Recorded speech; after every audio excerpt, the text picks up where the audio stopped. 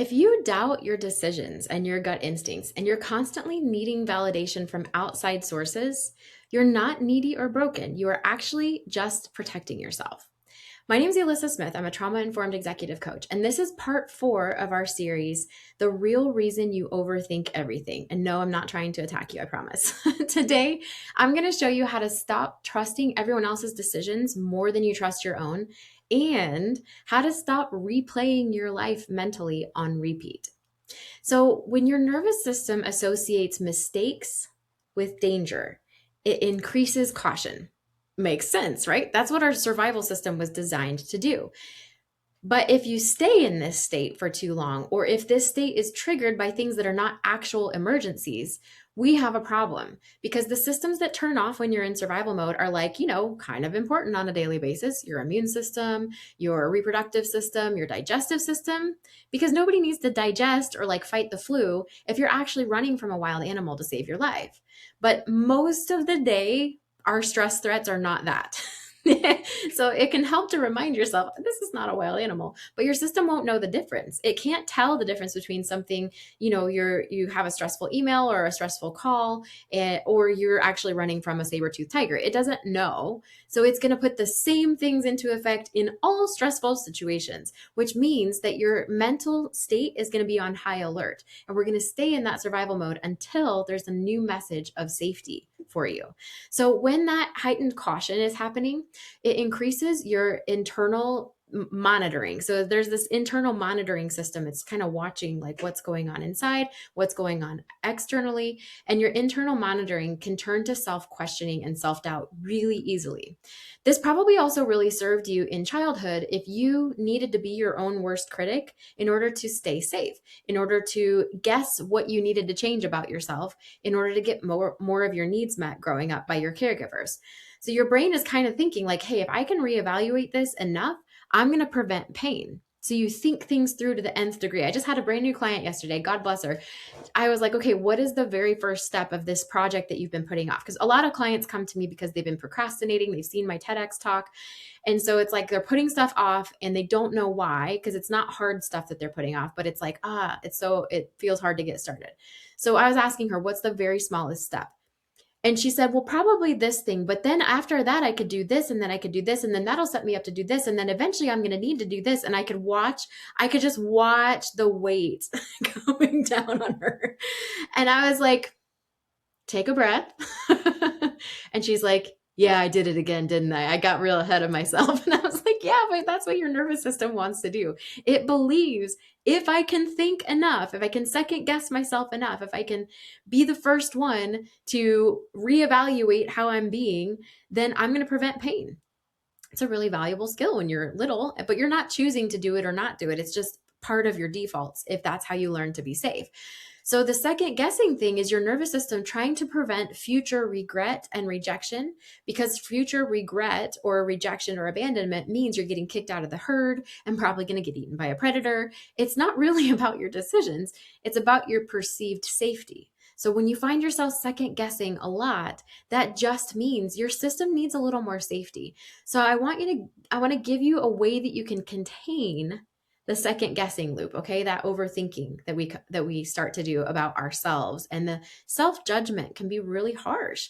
So this will help you. This containment method is going to help you not be so hard on yourself and to stop second guessing. So, all right. So this is your decision-making key, okay?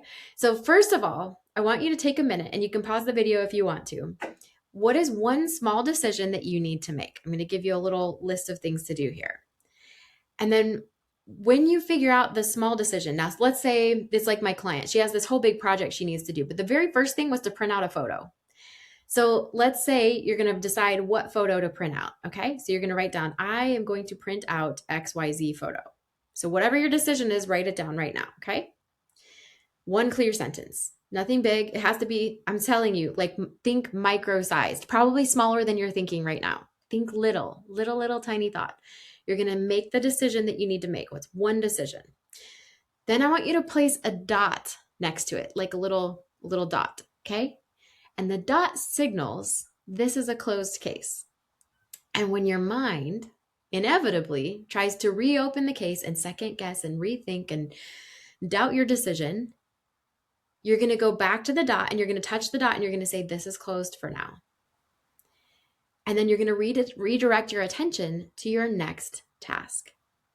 So that little dot is a reminder. It's like a little visual thing that you can have to let you know and remind your brain, we're leaving this here, we're not changing it, and we're going to move on to the next thing now. The goal isn't certainty. The goal isn't to just be like, I know for sure this is the right decision, this is the best thing for everyone, and I will never regret this. The goal is just to contain the second guessing loop about your decisions. I have really high performing clients come to me. Like I'm thinking of one particular client. She has a 7-figure business and she just kept thinking like, yeah, but what if this happens? Or what if this happens? Like, I know that I need to do this thing. And for her, it was like, Facebook ads with her business. But she's like, but if I do that, then I have to know this and I have to know this. And I don't know those things yet. And then what if this happens? And what if this happens? And we just kept having to like contain those thought loops, contain the second guessing, because it was causing her not to be able to begin. So this is how writing your one decision down. Today, I will learn how to open a Facebook ad account. And then a dot. And then that topic is closed for now because this is the direction we're going with it. So the self-trust builds when your system learns that decisions are not dangerous to you. But if you were a kid and you made the wrong decision and you got in trouble, you got shamed, you got your needs not met, your emotional needs didn't get met or your physical needs didn't get met because you made the wrong choice, that's the regret that your system is remembering. That's what it thinks it's preventing by second guessing and like going everywhere but the place that you need to make this decision. So when you don't need perfect clarity in order to be safe, you just need the repetition of the safety piece, and your whole demeanor can change, your whole nervous system can change. Everything is not a threat anymore. Each contained decision increases your capacity to make the next decision.